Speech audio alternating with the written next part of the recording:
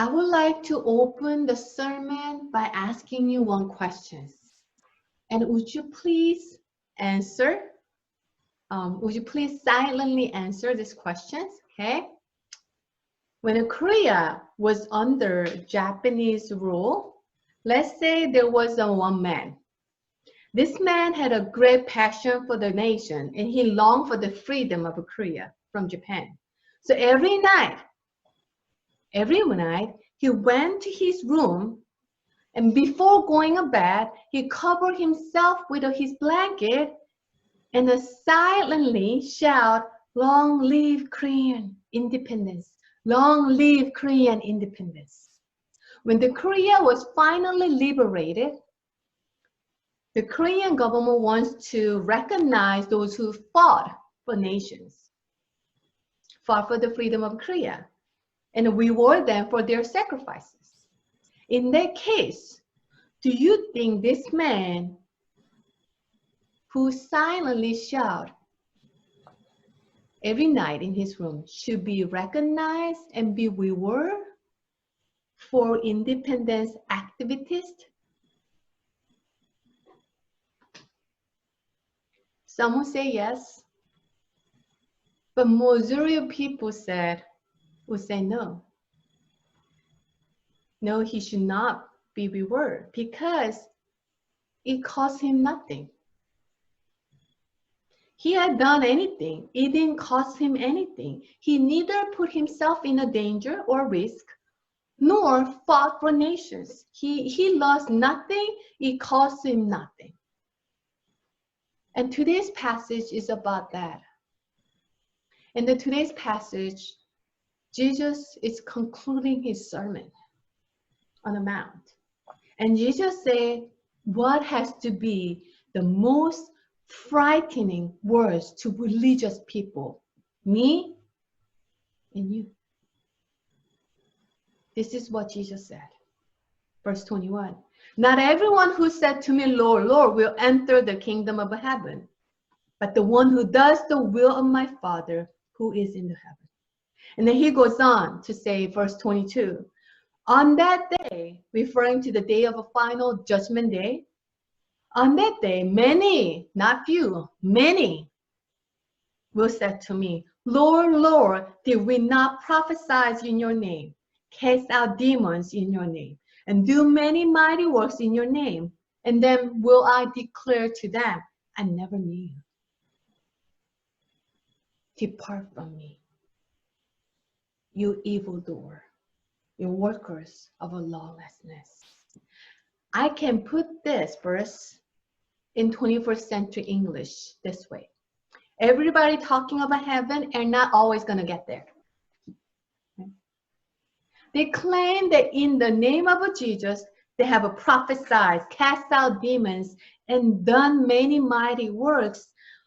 When we look at the works they have done, these works are not ordinary work that anyone can do. Okay? I mean, they prophesied, they did exorcism, and they did a lot of signs and wonders that most of Christians can only dream about doing it. But Jesus said to them that he never knew them. We all know God knows everything. So when Jesus said he does not know them, he is speaking in terms of salvations. And then he said, it is the one who does the will of God in heaven belongs to heaven. Jesus said, what matters at the end is not what you have said about Jesus in your Bible study. It's not about the sign and wonders that you have done. It's not about what you have done, but it's what you have done because you love him. But let me tell you, this not teach us salvation by good works. It gives the impression that helping others is a sufficient to earn our salvation, but this is not the message of a passage. Okay? Nobody at any time in history of the world was ever saved by good works. These people thought because they did all that work, that deserve the ticket to heaven. But Jesus said, no, you don't belong to it. Without Jesus, even your best work is not good enough, perfect enough, righteous enough, pure enough to earn your salvations. All the good works that we do are not good enough for Jesus to say, well done, unless Jesus in them had work along with them. Old Testament saints were saved by faith according to Hebrews chapter 11. The New Testament saints were saved by faith in Jesus Christ. People today are saved the same way. But this passage tells us that it is right for believers to do the good work. But this is not the way the unbelievers can be saved. Good works is not prerequisite for salvation, but it is the outcome of your salvations. If there's no outcome of what you believe, performing miracles is no assurance that you or anyone has come from God. When we let's look at Judas, okay? Judas was one of the Jesus' 12 disciples who betrayed Jesus in exchange for money. See, it is likely that even Judas participated in this exorcism healing ministry. When Jesus sent his disciple to do the exorcism and heal people, Judas was one of them, the disciple who actually went out and did these activities. Yet, he was not a true believer. Paul in 2 Corinthians chapter 2 that in the last day, the Satan will use lying signs and wonders to deceive people. So that how can we tell who is true?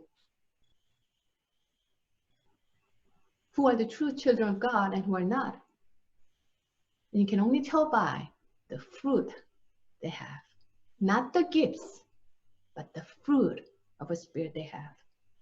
When I was in young adults group, there were many people around me who spoke in tongue. And speaking tongue was just like basic stuff, you know. So many people. Few had a gift of interpretations. Few had a gift of healings. But I kind of wonder why would God give these gifts to people who always look angry? They seem somewhat distant to little charismatics. When we have someone in the church, when we have someone who has special gifts of a spirit, people tend to look up to that person. And they start to gain some kind of power in a church. Let's say if one of your friends come and tell you, hey, did you hear? Did you hear? You know, she can see things. What things? She sees things. You know, she sees things that we don't see. If someone tells you, hey, did you hear that? Did you hear that she can heal, that she can prophesy? When you hear that kind of stuff in a church, people, it is so easy for them to gain attention from people. And people will gather around them and ask them to pray for it. Hey, can you pray for me? Can you pray to see what God is telling me? Can you pray to see what am I supposed to do? So they become a kind of power tower in a church. But if this, we tend to give attention to them. If we have, let's say we have two people in a church, one with the great gifts, and the other is very humble, very loving person. And we are more likely to give attention to the person with the gifts, not the person who is humble. It is just our natural reactions first. And if these people are not careful with their gifts, they can cause divisions in a church. It doesn't have to be physical divisions, but it can cause disorder, disharmony, and power struggle. And when it comes to gifts of the Spirit, God gives to whom He wishes to give, not because they deserve gifts. No one receives gifts because they deserve. But God gives for the sake of others to build up the church. And I'm not saying this to undermine the gifts of the Spirit. But what I'm trying to say is the greater gifts, there's a greater danger. Okay? No man or group of men is good enough to be trusted with uncontrolled power. The higher the pretensions of such power, the more dangerous both to the one who has and to the subjects. If we compare signs and wonders with the fruit of the Spirit, we have a person with the signs who does signs and wonders, and a person with the fruit of the Spirit. The fruit of Spirit, the fruit of a Spirit is a greater miracle than any other miracle. Why? Because in a church, we see many people with these gifts around us, but we do not see often a person completely changed because of Jesus, because they are obeyed in Jesus. This time, I want all of us to look at the Matthew chapter 25. So if you have a Bible, open Matthew chapter 25, verse 31. In the Matthew chapter 25, verse 1, it gives a picture, another picture of a people who are standing before God. Okay, and so if we compare Matthew chapter 7 and Matthew chapter 25, both gives a pictures of a people standing before God. Okay, but in the Matthew chapter 7, people boast about what they did, and it gives picture, but they're rejected by Jesus. But on the other side, in the Matthew chapter 25, it gives a picture of people who are called righteous by God. It's not that they are like, can we enter into heaven? No, it was Jesus who told them, you are the righteous. You inherit the kingdom. And then what is the interesting about this passage is that, about this judgment is that the sheep individuals, the righteous on the right, are surprised by what they hear from Jesus. They don't remember having seen Jesus Christ and ministering to them, his need. They have done all the good works without realize they are doing it. So think, in Matthew chapter 25, on the day of the judgment, God, like God separate the sheep from the goat, like the shepherd separates sheep from the goat, God will separate righteous from the unrighteous people. The sheep on the right and the goat on the left. And then God tells the righteous people on the right, the sheep on the right, sheep individual, let's say, sheep individual on the right, say, you come inherit the kingdom. For I was hungry and you gave me food. I was thirsty and you gave me drink. I was stranger and you welcomed me. And I was naked and you clothed me. And I was sick and you visited me. I was in a prison and you came to me. When God has said this, when God lists all the good work they have done, they ask him back, Lord, when did we see you hungry? When did we see you thirst and give you drink? When did we see you sick or in a prison and visit you? See, they don't remember having done all that to Jesus Christ. And it is God who remembers, who is telling them, yes, you did serve me. When it comes to, when it comes to work, in Matthew chapter 7, Matthew chapter 5, prophesying, casting demons, doing the miracles in chapter 7 are not an ordinary work, not a such work, small work that anyone can do. Okay? But compared to that, the work in chapter 25 are the very small work that anyone can do this. Anyone can do this at any time if they have a heart. If they have a heart. Loving, helping, caring, visiting the needy and poor. calling them, ask them they're okay. Do you need anything? Those things are very small work that all of us can do anytime. If we have a heart and willing to sacrifice time. When we love someone, we give our time. We make a time for people whom you love. Okay. I don't know if Grace has a boyfriend and he doesn't want to spend time with her. I don't know if I can really trust a guy. Does he really love Grace? Okay. Probably not. What kind of guys who is not willing to sacrifice time for the one that whom he loves? Okay. Okay. Maybe it's not a genuine love. The good works that we Christians do are natural expressions of our love of God, like couples in a marriage, okay? Who do all the good works for their spouse? See, all like a marriage, like couples in marriage. See, we do all those good works, not to earn credit, but we do because we love, because they love them. It is just natural expression of their love for one another. Every morning smile, even after a few hours of sleep because you're too busy. Every expected surprise birthday party.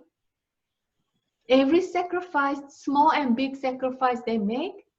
Small work that couples do. Every day, they do because they love them. Husband go to work faithfully, sincerely because he loves his family. Parents teach their children how to ride a bike, teach the numbers, alphabet, multiplications, teach them how to do laundry times after time, and they still don't get it. Not for the reward, but because they love them. We need to ask this question at the end. I want to be with the group in a chapter 7 or a group in a chapter 25? We all want to be with the group in a chapter 25.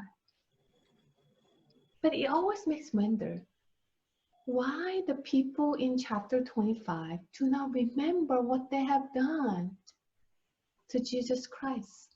Because they done all that because they love Jesus Christ. Because that's what Jesus Christ wants them to do. And because that, they don't remember doing that. Because it was not them who were doing it, but it was Christ in them. Helping, equipping, empower, and gave them heart to do that. Every day. It was just their everyday lifestyle. It is a natural overflow of being a disciple. Proclaim the love of Christ in a serving and sharing is the overflow of a sharing in the life of Christ. And unconvinced people in our churches are just simply missing the life of Christ. People may know that they're saved by grace, go to Bible study, memorize verse, and then still miss the life of Christ. It is a modern evangelism that built on sinking sand, and it runs the risk of disillusioning millions of souls. And whose fault is that? It's pastor's fault. It's our fault. Because we lead people to think that they are Christians when they have not biblically responded to the gospel. We left people building on a sinking sand, not on the rock. Verse 26 said that everyone who hears this word of mine and does not do it, then will be like a foolish man who built his house on the sand. And the rain fell, and the flood came, and the wind blows and beat against the house, and it fell. But those who trust Christ and help approve their faith by their everyday lifestyle, living style, will have nothing to fear. Their house is found on the rock, and it will stand. But those who have professed to trust Christ, yet have not obeyed God's will be condemned. If we are not careful, we will take the gospel, the lifeblood, out of Christianity and put a Kool-Aid in its place and make it taste better for people, to people. It's not just dangerous, but today's passage tells us it is condemning. We need to show the people the greatness of God. Yes, He is a Father who loves us. He is a loving Father who saves us. But He is also wrathful judge who may damn us.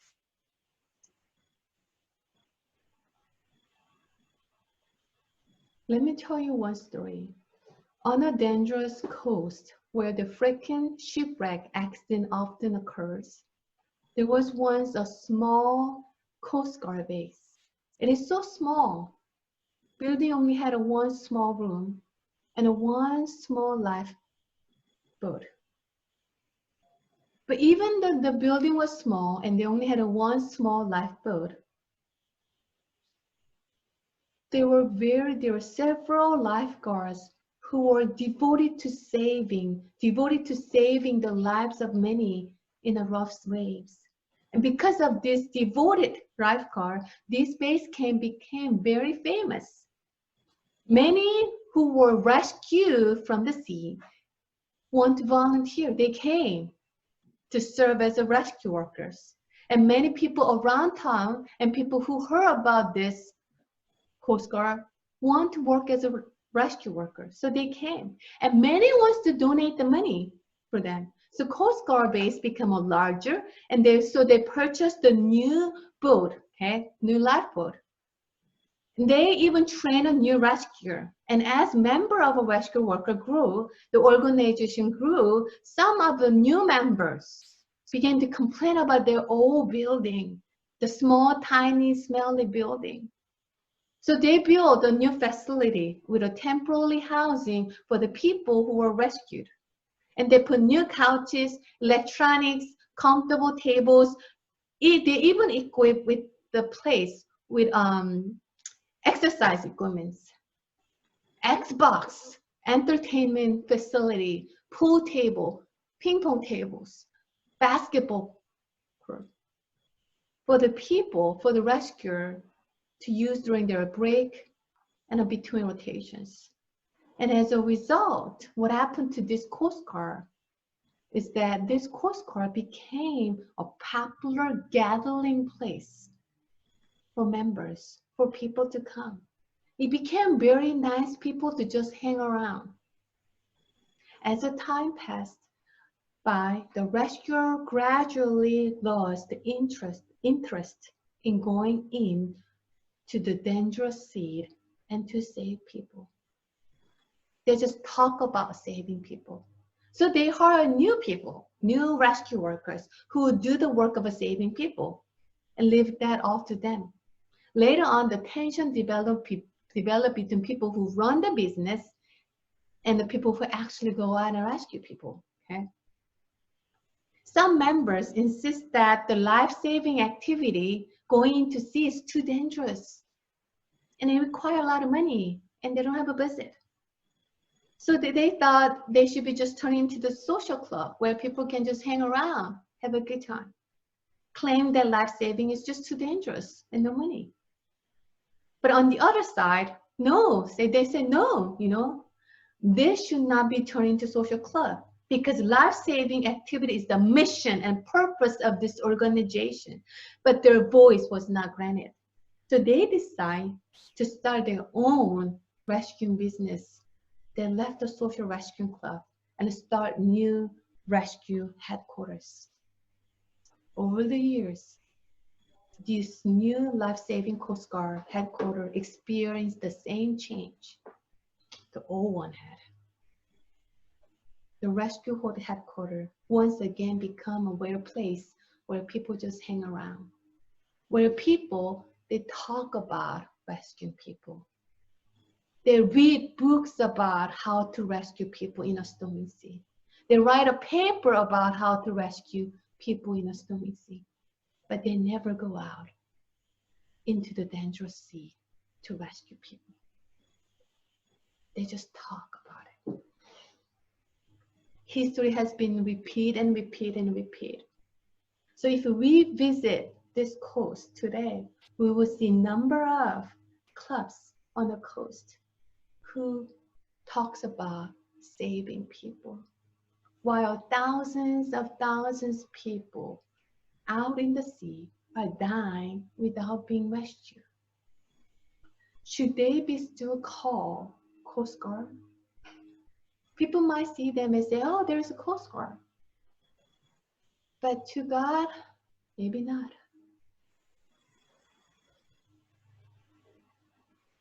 At the end, what we say about Jesus, what we said about Jesus will ultimately be tested before God. What you and I have said about Jesus will be ultimately be tested before God. Today's passage tells us that greatest achievement for Christians are not gifts they have, or books they read, work they have done, but the fruit of the Spirit that they have. Paul in Colossians chapter 5, verse 22 said, the fruit of the Spirit is the love, joy, peace, patience, kindness, goodness, faithfulness, gentleness, and self-control.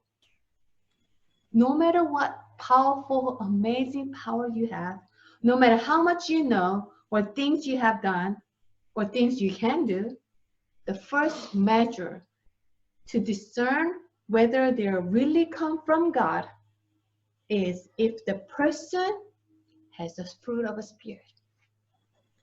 If the person has a characteristic of Jesus,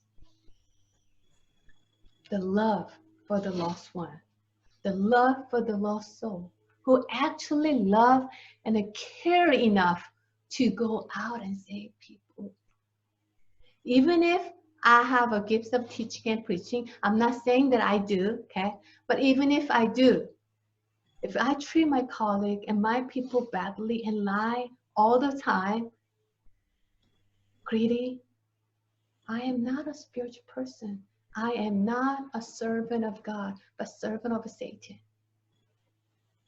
The greatest compliment for Christians that we can receive is not, how can you have that kind of gift? How can you do all that work? That is not it. The greatest compliment for any Christians can receive is, how can you love people like that? At the end, what matters before God is not what we say about Jesus, but what we have done because we love Jesus. Let's pray.